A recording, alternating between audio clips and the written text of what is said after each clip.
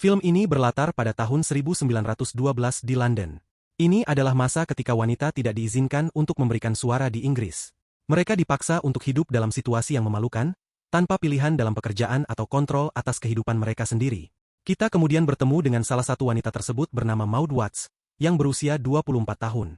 Dia bekerja berjam-jam di pabrik laundry, di mana dia terus-menerus berisiko cedera atau sakit, semuanya dengan upah rendah. Satu-satunya harapan dan penghiburannya datang dari suaminya tercinta, Sonny, dan putra kecilnya, George. Suatu hari, Maud diperintahkan oleh bosnya, Norman, untuk mengantar dan mengambil beberapa cucian. Dia awalnya enggan karena itu bukan bagian dari pekerjaannya, tetapi dia tidak punya pilihan selain setuju. Kemudian di perjalanan, Maud terganggu ketika dia melihat beberapa pakaian bayi di jendela toko. Saat dia menatapnya, beberapa wanita tiba-tiba muncul, melemparkan batu ke jendela dan berteriak, "Keadilan untuk wanita." Mereka ternyata adalah sekelompok aktivis sufraget yang memperjuangkan hak-hak wanita. Maud terkejut ketika dia melihat seorang kolega bernama Violet di antara para militan. Namun, dia menjadi takut oleh keributan itu dan bergegas pergi dari sana. Keesokan harinya, di tempat kerja, Norman mendekati Violet dan mulai memarahinya karena tidak melakukan pekerjaan dengan baik. Dia kemudian mencoba memecatnya, tetapi Maud dengan cepat campur tangan dan mengalihkan perhatiannya dengan mengatakan bahwa sebuah mesin perlu diperiksa. Kemudian, Violet mendekati Maud ketika mereka sendirian dan berterima kasih padanya karena telah menyelamatkannya dari pemecatan. Dia kemudian memperkenalkan Maud kepada putrinya yang berusia 12 tahun, Maggie, yang akan bekerja di pabrik laundry bersama mereka. Di adegan berikutnya, Alice Houghton, istri seorang anggota parlemen, muncul di luar pabrik untuk membuat pengumuman penting.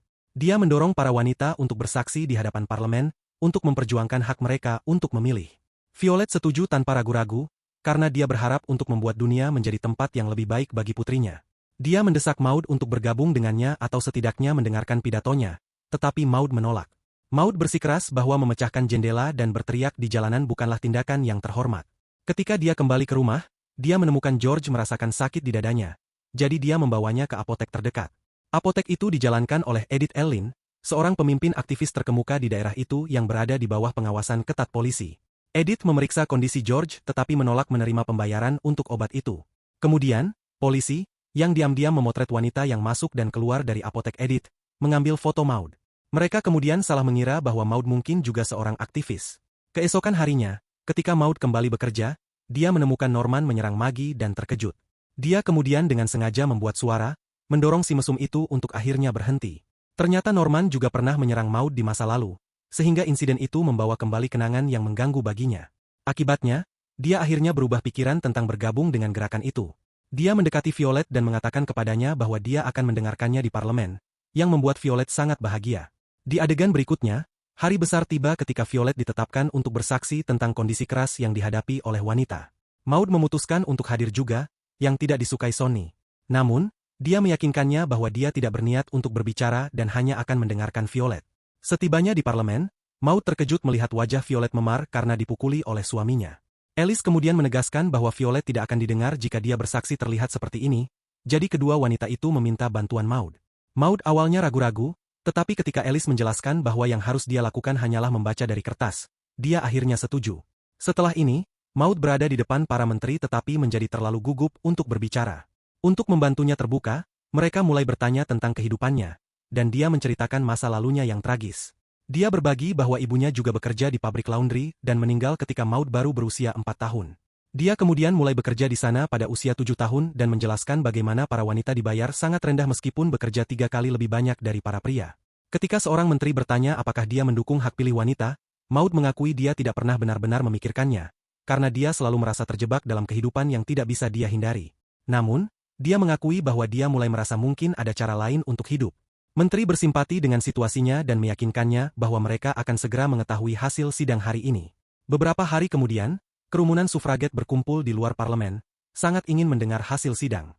Namun, bertentangan dengan harapan mereka, juru bicara mengumumkan bahwa amandemen undang-undang untuk hak pilih wanita telah ditolak. Ini menyebabkan para wanita berteriak marah dan menyebabkan kekacauan di area itu. Tetapi polisi akhirnya menundukkan mereka, dan Maud ditangkap bersama Edith dan Violet. Kemudian, di kantor polisi, Maud diinterogasi oleh seorang inspektur bernama Stead. Dia mencoba menjelaskan bahwa dia bukan seorang sufraget, tetapi pria itu menolak memercayainya dan memenjarakannya. Saat di penjara, ketiga wanita itu bertemu aktivis lain bernama Emily Davison, yang melakukan mogok makan karena penangkapan yang tidak adil. Adegan kemudian beralih ke seminggu kemudian, ketika para wanita akhirnya dibebaskan. Maud memperhatikan bahwa keluarga semua orang datang untuk menyambut mereka, kecuali keluarganya, yang membuatnya merasa sedih dan sendirian. Ketika dia kembali ke rumah, dia mendapati Sonny sangat marah padanya. Dia mengungkapkan rasa malunya atas masalah yang ditimbulkannya. Jadi Maud meminta maaf dan berjanji bahwa dia tidak akan melakukannya lagi. Beberapa hari kemudian, Violet mengundang Maud ke pertemuan rahasia yang diselenggarakan oleh Emmeline, pemimpin gerakan demo. Maud awalnya menolak, karena dia telah berjanji kepada suaminya untuk tidak terlibat dalam kegiatan seperti itu lagi, tetapi akhirnya berubah pikiran. Bersama Violet dan Emily, dia kemudian menuju ke lokasi di mana gerakan itu akan berlangsung. Tak lama setelah itu, muncul di jendela dan menyampaikan pidato yang menginspirasi, mendesak semua orang untuk terus berjuang untuk masa depan mereka. Namun, tidak lama kemudian, polisi mengetahui tentang pertemuan itu dan bergegas ke tempat kejadian. Yang dijaga oleh para pendukungnya, berhasil meninggalkan tempat kejadian, sementara Maud dan teman-temannya ditangkap sekali lagi. Kali ini, polisi tidak memenjarakan mereka melainkan menjatuhkan mereka di rumah mereka dengan van polisi. Ketika Maud sampai di rumah, dia mendapati Sonny dengan marah menunggunya. Sonny marah karena dia telah mempermalukannya sekali lagi dan mengusirnya dari rumah. Maud memohon padanya untuk membiarkannya melihat George, tetapi Sonny menolak membuka pintu. Tanpa pilihan lain, dia pergi meminta bantuan Violet, yang berhasil mengatur asrama murah untuk dia tinggali. Meskipun semua kekacauan ini, Maud terus bekerja di laundry. Polisi menjadi lebih waspada saat gerakan wanita mendapatkan momentum setiap hari.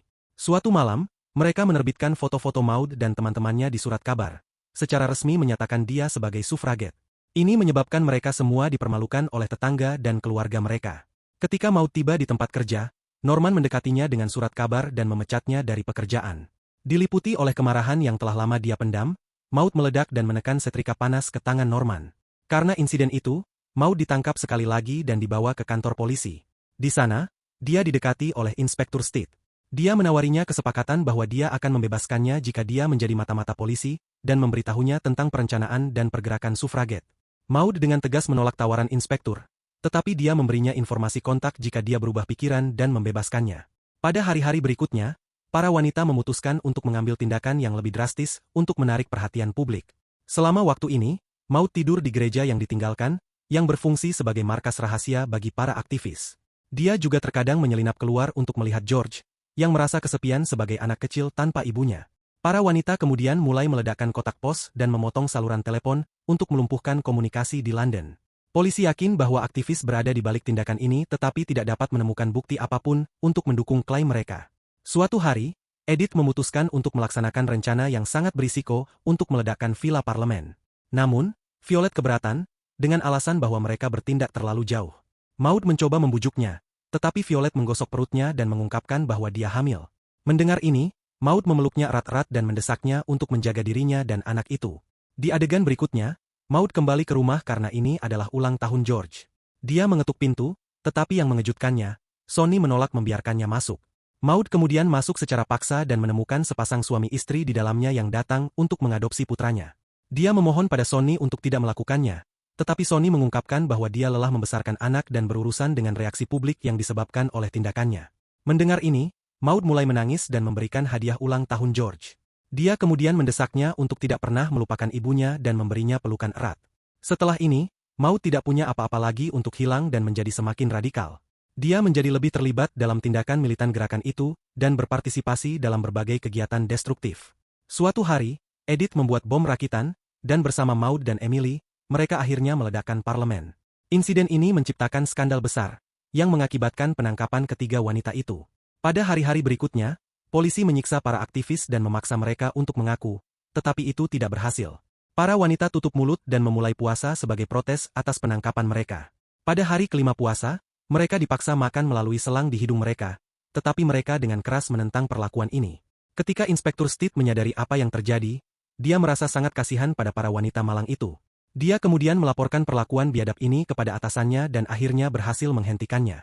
Setelah ini, Maud, Edith, dan Emily terus menolak untuk mengaku, sehingga mereka akhirnya dibebaskan karena kurangnya bukti. Beberapa hari kemudian, polisi menggerebek markas gerakan itu dan menangkap 6 aktivis. Frustrasi karena pekerjaan mereka tidak menarik banyak perhatian, Edith membuat rencana berani untuk mengajukan permohonan langsung kepada raja. Mereka memutuskan untuk menghadiri pacuan kuda Epsom Derby, yang akan dihadiri oleh Raja George kelima. Mereka berencana untuk berdiri di depan kamera dengan tanda dan spanduk yang menganjurkan hak pilih bagi wanita. Kelompok itu kemudian menghabiskan waktu berhari-hari mempersiapkan acara itu, membuat bendera dan spanduk untuk mendukung tujuan mereka.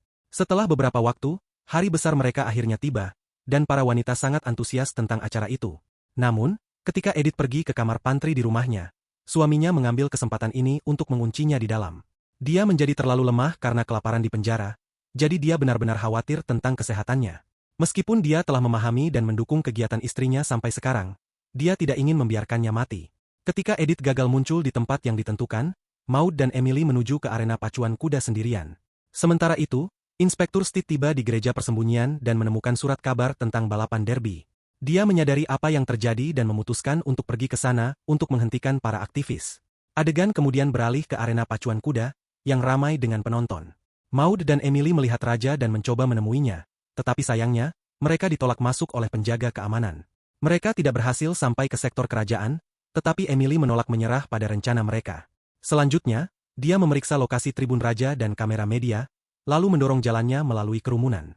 Maud menjadi sangat khawatir untuk temannya dan mengejarnya. Tak lama, balapan dimulai, dan Inspektur Steed tiba di tempat kejadian, mencari para aktivis. Dalam pergantian peristiwa yang tidak terduga, Emily bergerak ke depan lintasan, di mana raja dapat melihatnya dengan jelas, dan melompat di depan kuda yang berlari dengan kecepatan penuh. Dia berteriak kepada Maud untuk tidak menyerah dan untuk terus memperjuangkan hak-hak mereka. Sayangnya, kuda itu menjatuhkannya, dan dia segera meninggal saat memegang bendera bertuliskan, hak wanita untuk memilih. Maud hancur oleh kehilangan temannya dan meninggalkan tempat itu dengan air mata. Begitu dia tiba di London, dia menuju pabrik laundry, di mana Maggie masih bekerja sangat keras untuk menafkahi keluarga. Dia kemudian menyelamatkan gadis kecil itu dan membawanya ke rumah Alice, di mana dia bisa bekerja dengan aman. Di adegan terakhir, kita mengetahui bahwa film itu didasarkan pada peristiwa nyata di Inggris. Kematian Emily diliput secara luas di surat kabar, membawa perhatian internasional pada perjuangan untuk hak pilih wanita. Ribuan wanita menghadiri pemakamannya, membawa bunga lili putih, dan opini publik mulai berubah. Maud dan yang lainnya melanjutkan aktivisme mereka, dan pada 1918, wanita di atas usia 30 tahun diberikan hak pilih terbatas di Inggris. Perjuangan para aktivis akhirnya membuahkan hasil pada 1928, ketika hak pilih setara diberikan di negara itu. Setelah itu, negara-negara lain memberikan hak pilih wanita satu demi satu, dan Inggris menjadi pelopor dalam mengakui status sosial wanita.